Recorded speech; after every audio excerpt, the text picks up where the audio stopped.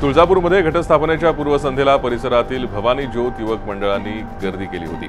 आसपासच्या जिल्ह्यातील तरुण मंडळी तुळजाभवानी मंदिरातून मशाल पेटवून घेऊन आपल्या गावी घेऊन चालत जातात। अनेक वर्षांपासून ही भवानी ज्योत परंपरा असून यात गावोगावातील युवक मंडळींचा उत्साह दिसून येतो।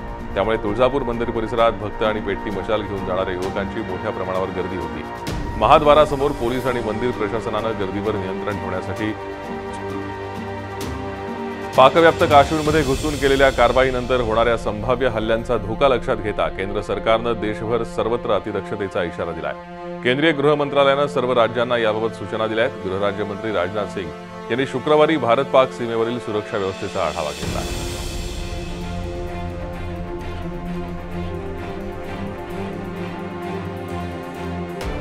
सैन्य दलातील बेपत्ता जवान चंदू चव्हाण यांच्या आजीवर शोकाकुल वातावरणात अंत्यसंस्कार करण्यात आले। जामनगरहून संध्याकाळी 7:30 वाजता लीलाबाई चव्हाण यांचा मृतदेह धुळे जिल्ह्यातील बोरविहीर या मूळ गावी आणण्यात आला आणि त्यानंतर 8:30 वाजता त्यांच्यावर अंत्यसंस्कार झाले। जामनगरच्या एका रुग्णालयात उपचार घेत असताना चंदू बेपत्ता झाल्याचं वृत्त त्याच्या आजीला समजलं आणि तिने तिथेच प्राण सोडले। चंदूचा मोठा भाऊ भूषण हा देखील लष्करात असल्यानं चंदू पाकिस्तानच्या हद्दीत गेल्याची माहिती सर्वप्रथम भूषणलाच देण्यात आली। 15 दिवसांपूर्वीच तो आजीला आपल्या घरी घेऊन गेला होता। आता आजीला शेवटचा निरोप देण्याची वेळ त्याच्यावर आली। आजी गेल्यानं चंदूचं एकमेव आधार असल्यानं त्याला पुन्हा सुखरूप भारतात परत आणावं अशी मागणी भूषण करतोय। या जवानाच्या आजीच्या अंत्यविधीला पर्यटन मंत्री जयकुमार रावल उपस्थित होते। तसंच चंदूला परत आणण्यासाठी सरकार पातळीवर प्रयत्न सुरू असून आंतरराष्ट्रीय संबंधांनुसार पाकिस्तानवर दबाव टाकण्याचं काम सुरू असल्याची माहिती रावल यांनी दिली। उरी हल्ल्यानंतर भारतामध्ये पाकिस्तानाविरोधात तीव्र भावना असताना बॉलिवूड स्टार सलमान खान यानं मात्र पाकिस्तानी कलाकारांची तळी उचलली आहे। पाकिस्तानी कलाकार हे काही अतिरेकी नव्हेत असं त्याचं म्हणणं आहे। मनसेनं पाकिस्तानी कलाकारांना विरोध केलाय। सोशल मीडियावरही पाकिस्तानी कलाकारांवर बहिष्काराची भाषा होतीये। अशा वेळी सलमान मात्र कलाकारांच्या समर्थनासाठी पुढे आलाय। तर ज्येष्ठ दिग्दर्शक श्याम बेनेगल यांनीही सलमानच्या विधानाला पाठिंबा दिला।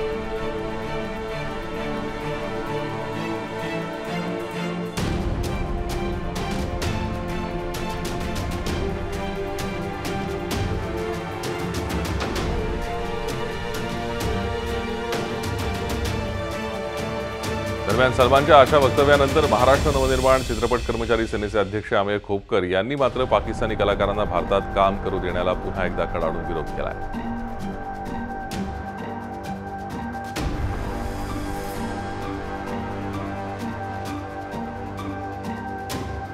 सलमान खाननं पाकिस्तानी कलाकारांना दर्शवलेल्या पाठिंब्याचा शिवसेनेनं खरपूस समाचार घेतलाय।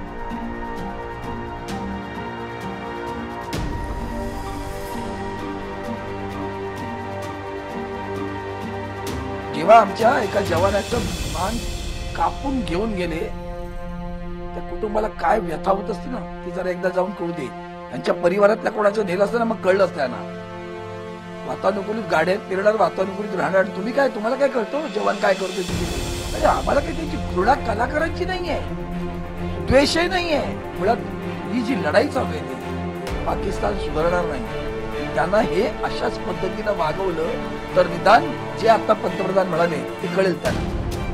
आणि म्हणून आमचं म्हणणं आहे की शिवसेना कालही विरोधात होती, आजही आहे। नागपूरमधलं बोगस डॉक्टर पदवी रॅकेटचं प्रकरण 24 तासानं उघड केलं। नाशिकमध्ये आरोग्य विद्यापीठानं त्याची तातडीने दखल घेत नागपूर पोलिसात या प्रकरणी गुन्हा दाखल केलाय। दरम्यान विद्यापीठाचं कार्यक्षेत्र वैद्यकीय पदवी देण्यापुरतं असून वैद्यकीय व्यवसाय करण्याची मान्यता मेडिकल काउन्सिल देत असल्याकडे आरोग्य विद्यापीठानं लक्ष वेधलंय। त्यामुळे आता मेडिकल काउन्सिलच्या मदतीने या प्रकरणात पुढील कारवाई केली जाणार असल्याचं आरोग्य विद्यापीठानं सांगितलंय। मराठा आरक्षण सुनावणी आता पुढच्या आठवड्यात होणार आहे। राज्य सरकारनं या संदर्भात आपली भूमिका मांडण्यासाठी वेळ मागितलाय। प्रत्येक याचिकाकर्त्यांना आपापली भूमिका मांडावी ही हायकोर्टाने सूचना केली आहे। यानंतर पुढची सुनावणी 13 ऑक्टोबरला आहे। दरम्यान 13 तारखेपर्यंत राज्य सरकारनं आपली भूमिका स्पष्ट न केल्यास हायकोर्ट या संदर्भात सूचना करणार आहे।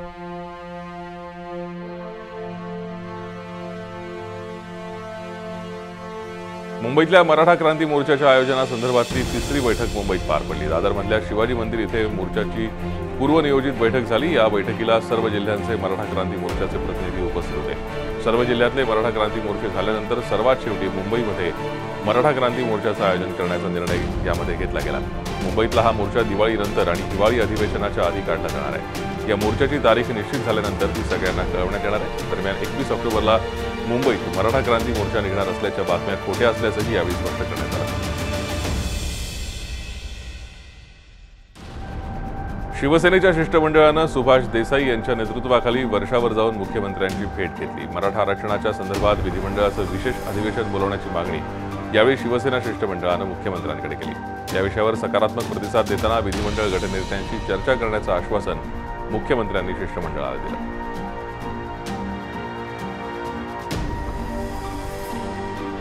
सातारा इथे 3 ऑक्टोबर रोजी होणाऱ्या मराठा क्रांती मूक मोर्चासाठी सातारा जिल्ह्यातल्या कराड तालुक्यातील वाघेरी गावाच्या सर्व मुस्लिम समाजानं पाठिंबा व्यक्त केला. मराठा समाजानं मोठ्या भावाची भूमिका पार पाडली असून आम्ही नेहमीच त्यांच्या पाठीशी असल्याची भावना मुस्लिम बांधवांनी व्यक्त केली आहे.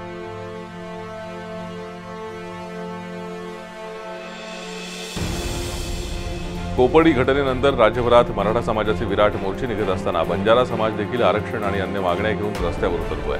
नाशिक जिल्ह्यात 4 वर्षीय मुलीवर झालेल्या अत्याचाराच्या निषेधार्थ विदर्भामध्ये बंजारा समाजाचे मोर्चे निघाले. त्यानंतर मराठवाड्यात देखील बंजारा समाज एकवटलाय. नांदेड जिल्ह्यातील बंजारा बहुल असलेल्या माहूरमध्ये बंजारा समाजातर्फे मूक मोर्चा काढण्यात आला.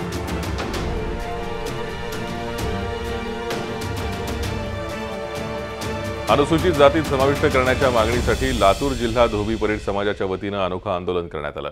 लातूरच्या गांधी चौकात कपडे धुवून आणि इस्त्री करून शासनाचं लक्ष वेधण्याचा प्रयत्न धोबी परेड समाजाच्या आंदोलकांनी केला.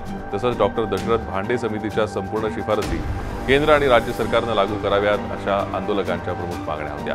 हे अनोखं आंदोलन पाहण्यासाठी अनेकांनी गर्दी केली होती. अॅट्रॉसिटीचा गुन्हा दाखल झाला तर घाबरू नका, शिवसेना कायदेशीर मदत करेल असा विश्वास औरंगाबाद शिवसेना जिल्हाप्रमुख अंबादास दानवे यांनी पत्रकार परिषद घेऊन दिला. अनेक ठिकाणी या कायद्याचा गैरवापर सुरू आहे. औरंगाबाद जिल्ह्यात 1 जानेवारी ते 30 सप्टेंबरपर्यंत 650च्या वर गुन्हे दाखल झालेत. त्यापैकी 220 गुन्हे हे ब्लॅकमेल प्रकरणातले होते असा निष्कर्ष समितीनं काढलाय. म्हणून यापुढे असं काही झाल्यास पीडित लोकांनी शिवसेनेची मदत घ्यावी असं आवाहन औरंगाबाद शिवसेनेनं केलं.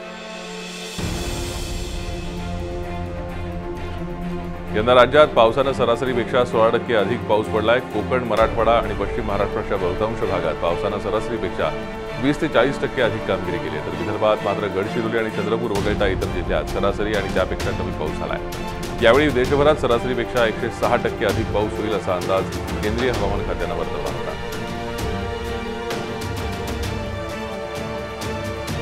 निफाड तालुक्यातील रुई, धरणगाव, धानोरे, देवगाव परिसरात परतीच्या पावसानं अक्षरशः झोडपून काढलं. त्यामुळे शेतकऱ्यांचं मका, बाजरी, द्राक्षबागा, सोयाबीन आणि लाल कांद्याचं प्रचंड नुकसान झालंय. या अचानक आलेल्या पावसाच्या पाण्यानं एका म्हशीचं पारडू आणि 6 शेळ्या वाहून गेल्या.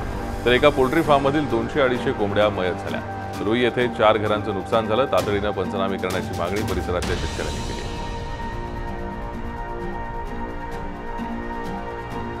चंद्रपूर जिल्ह्यातील ब्रह्मपुरी तालुक्यातील महामार्गावरील माळडोंगरी गावाशेजारी बिबट्याचे 2 नवजात बछडे आढळल्यानं एकच खळबळ उडाली आहे. वनविभागाला सूचना दिल्यावरही कर्मचारी न पोहोचल्यानं ग्रामस्थांनी बछड्यांसह चक्क सेल्फी काढले.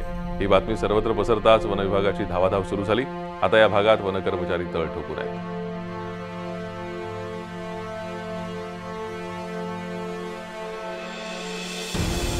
आता बघूयात देश विदेशातल्या बातम्या झटपट. उरी हल्ल्याला भारतीय लष्करानं चोख प्रत्युत्तर दिल्यानंतर आता दहशतवाद्यांनी पुन्हा एकदा डोकं वर काढलंय. एकीकडे भारत-पाकिस्तान सीमेवर तणाव असताना जम्मू काश्मीरच्या कुलगाम नंतर आता अखनूर भागात पाकिस्तानी शस्त्रसंधीचं उल्लंघन करतोय. पहाटे 4 वाजल्यापासून गोळीबार सुरू आहे. गोळीबाराला भारतीय सैन्याकडून चोख प्रत्युत्तर देण्यात येत आहे. पाकव्याप्त काश्मीरमध्ये घुसून अतिरेकी तळ उद्ध्वस्त करण्यापूर्वी घुसखोरी केलेल्या पाकिस्तानी अतिरेक्यांचंच हे कृत्य असावं अशी शक्यता आहे.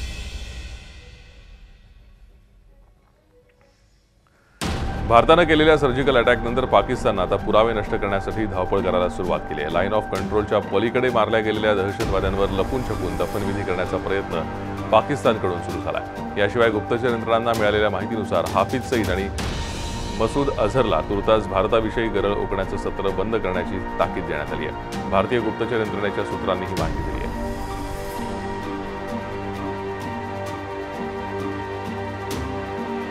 हल्ल्यानंतरच्या परिस्थितीचा आढावा घेण्यासाठी पुन्हा एकदा कॅबिनेटच्या सुरक्षा समितीची बैठक झाली. या बैठकीत गृह मंत्रालय आणि संरक्षण मंत्रालयाचे अधिकारी सहभागी झाले. गृहमंत्री राजनाथ सिंग, संरक्षण मंत्री मनोहर पर्रिकर, परराष्ट्र मंत्री सुषमा स्वराज या बैठकीला उपस्थित होते.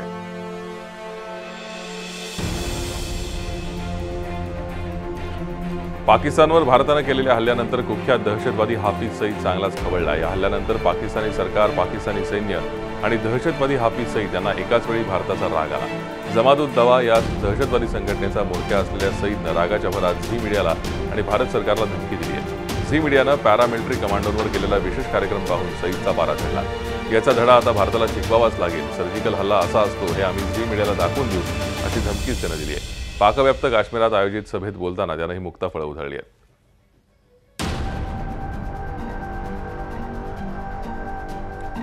भारत, अफगाणिस्तान, बांगलादेश, भूतान पाठोपाठ श्रीलंकेनंही पाकिस्तानात होणाऱ्या सार्क परिषदेवर बहिष्कार टाकलाय. सध्याच्या दक्षिण आशियामध्ये देशांमधले वातावरण पाहता सार्कमध्ये सहभागी होण्याची इच्छा नसल्याचं श्रीलंकेनं म्हटलंय. श्रीलंकेनं नेपाळला पत्र लिहून सार्कमध्ये सहभागी होण्याची इच्छा नसल्याचं म्हटलंय. सार्कचे अध्यक्षपद सध्या नेपाळकडे आहे. आम्ही सर्व प्रकारच्या दहशतवादाचा निषेध करतो असंही लंकेनं म्हटलंय.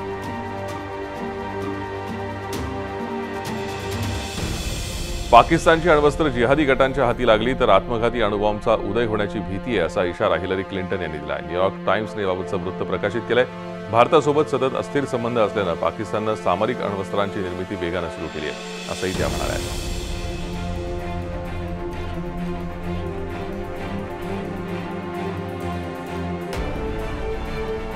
भारत आणि पाकिस्तान संबंधांमध्ये तणावाचं वातावरण असताना भारत अमेरिकेचे मैत्रीचे संबंध आतापर्यंतच्या सर्वोच्च पातळीवर पोहोचल्याचं अमेरिकेचे संरक्षण मंत्री ॲस्टन कार्टर यांनी म्हटलंय. जगातल्या दोन सर्वश्रेष्ठ लोकशाही राष्ट्रांनी कूटनैतिक आणि तांत्रिक स्तरावर मैत्रीला नवी उभारी मिळाल्याचं कार्टर यांचं म्हणणं आहे. अमेरिका आणि भारत यांचे लष्करी संबंध तर कधी नव्हे इतके जवळचे बनले आहेत. पंतप्रधान नरेंद्र मोदींच्या ॲक्ट ईस्ट पॉलिसीमुळे दोन्ही देशांमध्ये शक्तिशाली जवळीक निर्माण झाली आहे.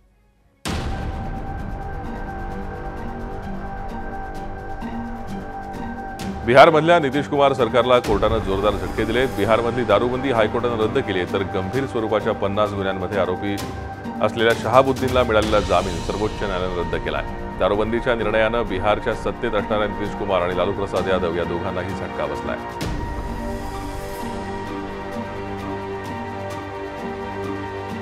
पेट्रोलच्या दरामध्ये पुन्हा एकदा वाढ करण्यात आली आहे तर डिझेलच्या किमतीत मात्र घट झाली आहे. पेट्रोल 28 पैशांनी महागलंय तर डिझेल 6 पैशांनी स्वस्त झालंय. आंतरराष्ट्रीय बाजारातील तेलाच्या किमती लक्षात घेता तेल कंपन्यांनी हा निर्णय घेतलाय. मागील 2 महिन्यात तिसऱ्यांदा पेट्रोलच्या किमतीत वाढ झाली आहे तर डिझेलच्या किमतीत 2दा घट झाली आहे. दरम्यान नवे दर मध्यरात्रीपासून लागू करण्यात आले.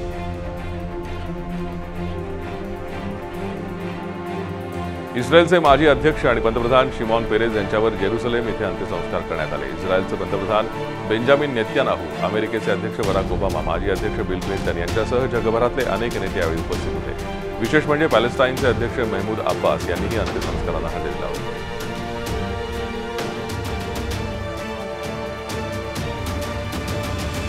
टर्की सरकारनं दहशतवादी प्रचार केल्याचा ठपका ठेवून 20 टीव्ही चॅनल आणि रेडिओ स्टेशन्स बंद केली आहेत. यात लहान मुलांसाठी कार्यक्रम प्रसारित करणाऱ्या एका वाहिनीचाही समावेश आहे.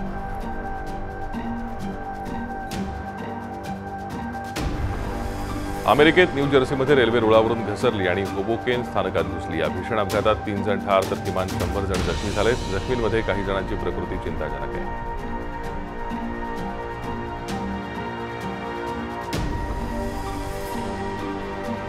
ऑस्ट्रेलियामध्ये गोल्ड कोस्ट इथे सी वर्ल्ड या अम्युजमेंट पार्कमधल्या स्टॉर्म कोस्टर नावाचा रोलर कोस्टर बिघडल्यानं अनेक पर्यटक तब्बल 2 तास अडकून पडले. यात काही शाळकरी मुलांचाही समावेश होता. यामध्ये कोणीही जखमी झालं नसल्याचं ऑस्ट्रेलियन मीडियानं म्हटलंय.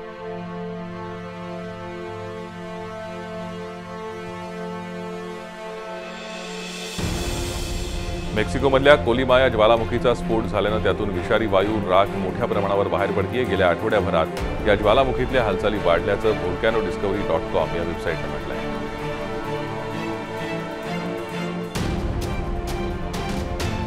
चीनमधल्या शान्स्की प्रांतात एका सॉल्ट लेकचा काही भाग अचानक लाल झालाय. चीनच्या सरकारी वाहिनीनं या तलावाची हवाई दृश्य जारी केली आहे. एका बाजूला लाल आणि दुसरीकडे हिरवा दिसणारा हा तलाव पर्यटकांनाही आकर्षित करतोय.